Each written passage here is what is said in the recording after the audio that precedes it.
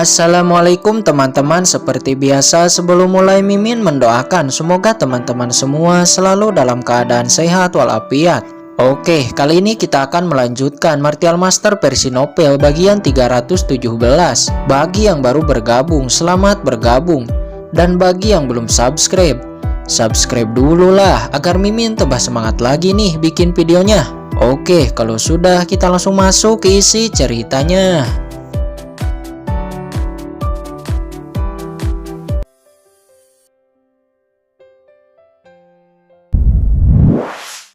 Lihat tubuh telanjang Yukiansu. Kinchen melihat tubuh mulus Yukiansu hanya sesaat sebelum akhirnya dia fokus kepada kekuatan ilusi yang nampak keluar dari dalam tanah. Kekuatan jiwa Kinchen menyapu ke dalam tanah dan kekuatan itu ternyata berasal dari pusat kota pedang iblis. Itu adalah tempat di mana warisan pedang iblis akan diselenggarakan. Sebenarnya warisan macam apa itu? Kata Kinchen. Nampak dia penasaran dan tertarik dengan warisan pedang iblis ini. 10 hari kemudian akhirnya Kinchen menghentikan kultivasinya. Bagaimanapun saat ini dia sangat penasaran dengan warisan pedang iblis dan pergi keluar dari penginapan untuk mencari informasi tentang warisan pedang iblis.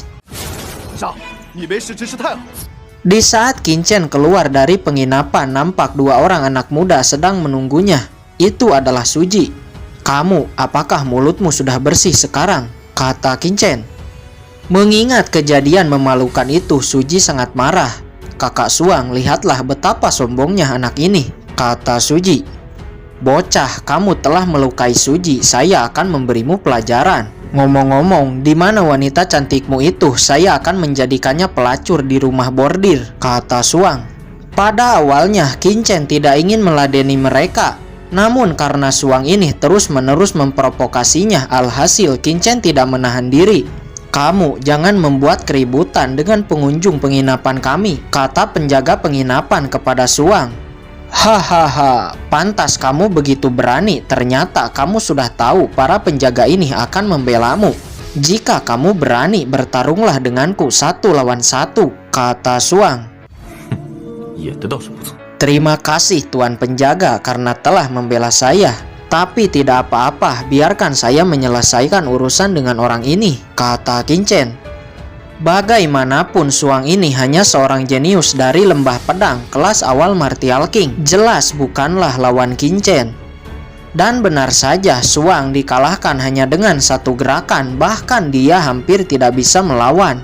Setelah memberi Suang dan Suji pelajaran dengan memakan batu asli, Kinchen berbalik dan pergi dari sana.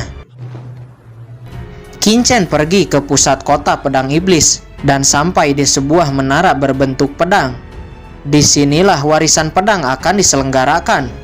Pada awalnya Kinchen datang ke sini untuk mendaftar, tapi siapa sangka ternyata untuk mengikuti warisan pedang iblis ternyata tidak perlu mendaftar. Siapapun boleh berpartisipasi dalam warisan pedang iblis, tidak dibatasi oleh kekuatan atau basis kultivasi. Setelah dibuka, warisan akan secara alami memilih pesertanya.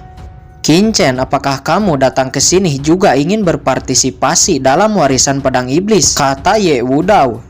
Dia adalah orang yang ditemui Kinchen di gerbang kota sebelumnya. "Wudao, apakah ini anak yang kamu ceritakan?" "Ya kakak, dia adalah Kinchen, orang yang saya ceritakan sebelumnya.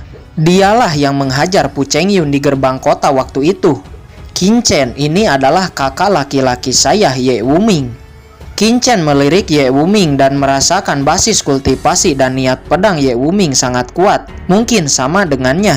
Ternyata masih ada seorang jenius menakutkan di kota pedang iblis ini, gumam Kinchen. Sesaat energi pedang Ye Wuming menyebar dan menekan Kinchen. Namun Kinchen sama sekali tidak terpengaruh dan berkata, "Kalau begitu saya akan pergi, selamat tinggal."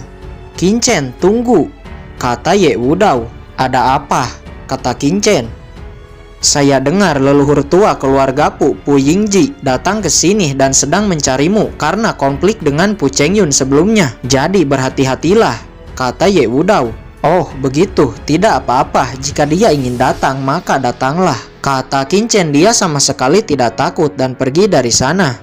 Menarik, Ini pertama kalinya ada seorang pemuda yang sama sekali tidak terpengaruh oleh napas energi pedang saya, kata Ye Wuming setelah Qin Chen pergi dengan tersenyum tipis. Nampak dia sangat penasaran. Di tempat lain nampak Suang dan Suji. Kondisi mereka sangat memprihatinkan, apalagi mulut mereka yang berdarah karena dipaksa menelan batu asli. Bagi Suang, ini adalah pertama kali dalam hidupnya dia dipermalukan seperti ini. Jika bukan karena kamu, saya tidak akan dipermalukan sampai seperti ini, kata Suang. Tangannya langsung menampar Suji.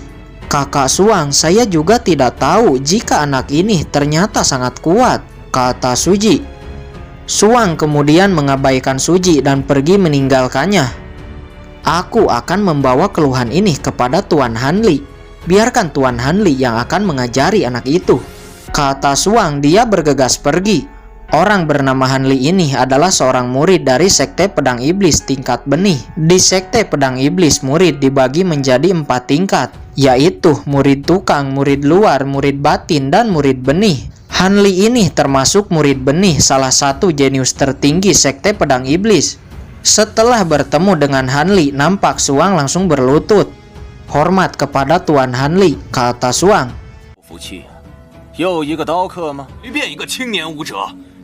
Saat ini nampak Hanli sedang minum teh bersama 3 tamunya, 2 laki-laki, 1 wanita cantik.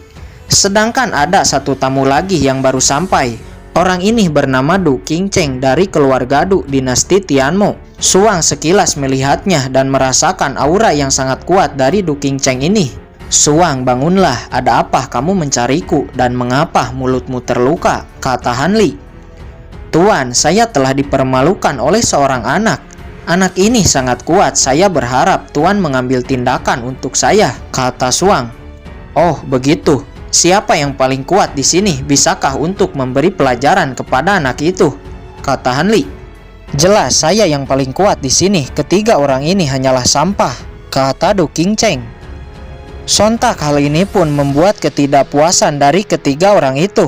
Ketiga orang ini adalah seorang jenius dari pasukan tingkat Sovereign. Apakah kalian tidak percaya? Kalau begitu, kalian bisa mencobanya, kata Du Qingcheng dengan arogan.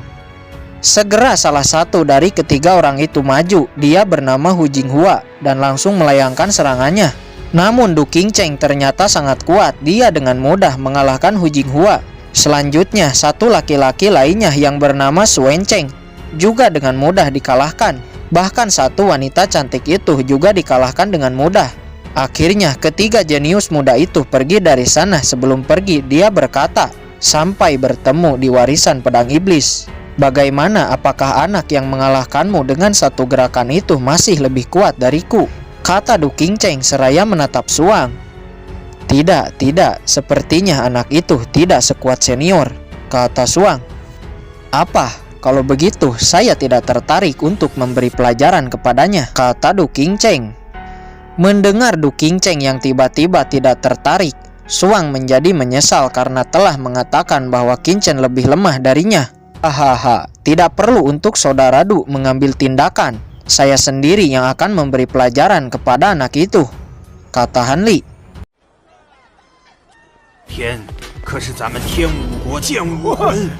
Singkat cerita, di hari berikutnya nampak semua jenius telah berkumpul di pusat kota pedang iblis untuk berpartisipasi dalam warisan pedang iblis. Di antaranya juga nampak ada Qin Chen dan Yu Qiansu. Sedangkan Nan Gongli dan Zhou Qimpeng tidak boleh masuk karena hanya orang di bawah usia 36 tahun yang berhak berpartisipasi dalam warisan. Saat ini nampak seluruh tempat telah dipenuhi oleh jenius-jenius di bawah usia 36 tahun. Sesaat kemudian muncul 4 orang murid unggulan dari Sekte Pedang Iblis yang merupakan tuan rumah. Mereka adalah Hanli, Sui Yueqing, Leng Starpig, dan Suyan. Hanli dan Sui Yueqing adalah yang paling populer dan digadang-gadangkan akan menjadi master sekte selanjutnya. Sedangkan Suyan, dia hanya seorang wanita yang dianggap sebagai yang terlemah dari keempatnya. Siapa bilang wanita adalah yang terlemah? Tiba-tiba seorang wanita yang sangat cantik muncul. Wanita ini bernama Chen Sisi dari Gerbang Surgawi. Dia bergabung dengan kelompok Suyan. Kemunculan Chen Sisi ini membuat sensasi di sana karena kecantikannya. Kemudian dua sosok pria muncul. Kemunculan dua pria ini juga cukup menarik perhatian. Satu pria di antaranya bernama Yang Ling dari Sekte Penjelajah Angin yang bergabung dengan kelompok Sui Yueqing. Dan satu pria lagi adalah Du Qingcheng dari dinasti Tianmo. Jelas dia bergabung dengan kelompok Han Li. Di lapangan nampak menjadi 3 kubu dari murid unggulan Sekte Pedang Iblis. Sedangkan satu murid unggulan lainnya, Leng Starpig, nampak menyendiri. "Tuan Han Li," kata Suang. Han Li kemudian menoleh. "Pria mana yang melukaimu sebelumnya?" kata Han Li. Du Qingcheng di sisinya juga nampak penasaran. "Tuan, itu dia orangnya, dan juga wanita di sisinya," kata Suang seraya menunjuk ke arah Qingchen dan Yuqiansu. "Wow, selain Chen Sisi ternyata masih ada gadis cantik di sini," kata Han Li di saat melihat Yuqiansu. "Hahaha, saudara Han, di kota pedang iblismu ini ternyata ada wanita cantik," kata Du Qingcheng. Dia juga kagum dengan keanggunan Yuqiansu. "Hahaha, saudara Du, jika kamu ingin kita bisa bergerak bersama untuk mengambil wanita ini," kata Han Li. Segera dia melesat dan mendarat di hadapan Qingchen. "Nah, sebelumnya kamu telah melukai Suang. Tahukah kamu, Suang adalah orangku. Sekarang penjelasan apa yang ingin kamu katakan kepada senior ini?" kata Han Li. Dia menatap dingin kepada Qingchen. Ternyata anak ini telah menyinggung murid Sekte Pedang Iblis di kota Pedang Iblis. Saya pikir anak ini akan mati. Mungkin anak ini akan berlutut dan memohon untuk meminta belas kasihan. Percakapan pribadi terdengar di antara orang-orang di sekitar. "Siapa kamu? Saya tidak mengenalmu. Perlukah saya menjelaskan kepadamu?" kata Qingchen dengan acuh tak acuh. Mendengar ini semua orang di lapangan terkejut, bahkan hampir pusing tidak menyangka. Mendengar ini wajah Han Li berubah marah, apalagi ini di hadapan orang banyak. "Saya adalah Han Li, murid Sekte Pedang Iblis," kata Han Li. "Apakah kamu memiliki bukti bahwa saya telah melukai bawahanmu, atau Sekte Pedang Iblismu itu tidak tahu aturan dan menyalahkan orang begitu saja?" kata Qingchen mencibir. "Kurang ajar," kata Han Li. "Apa, anak ini bahkan berani memfitnah Sekte Pedang Iblis?" kata orang-orang di sekitar. "Siapa di sini yang berani memfitnah Sekte Pedang Iblisku?" Sebuah suara raungan marah terdengar, disertai kemunculan sosok pria dengan aura yang sangat mencengangkan dan menekan orang-orang di lapangan. "Master Sekte," kata Han Li seraya memberi hormat. "Apa, ternyata orang ini adalah Master Sekte Pedang Iblis," kata kerumunan. Orang ini dipanggil Master Yan 19, seorang ahli martial sovereign. "Bocah, baru saja kamu berani memfitnah Sekte Pedang Iblis saya," kata Master Yan 19. Aura energi niat pedang menyebar dan menekan Qingchen. "Sudah berakhir, anak ini bahkan telah menyinggung Master Sekte Pedang Iblis," kata orang di sekitar.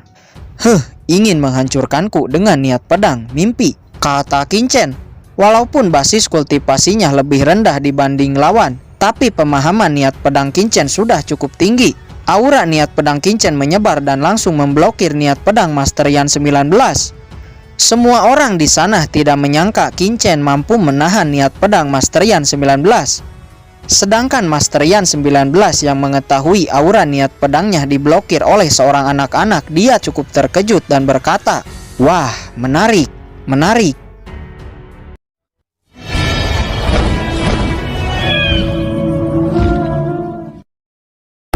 Oke guys, sudah dulu ya. Jangan lupa subrek biar lanjut terus ceritanya. Bagi yang sudah subrek, mudah-mudahan dimudahkan rezekinya. Mimin undur diri. See you next and goodbye.